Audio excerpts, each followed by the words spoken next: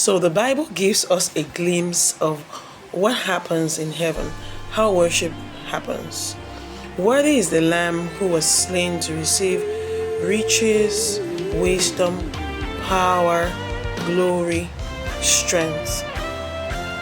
And of course, there are 7 dimensions of those blessings that the death and resurrection of Jesus Christ brought to us.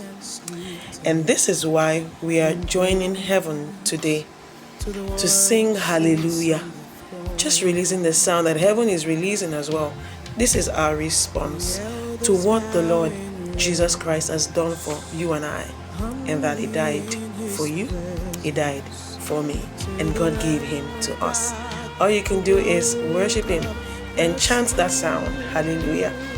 The sound is still on YouTube and all social media platforms. Hallelujah, the sound of heaven.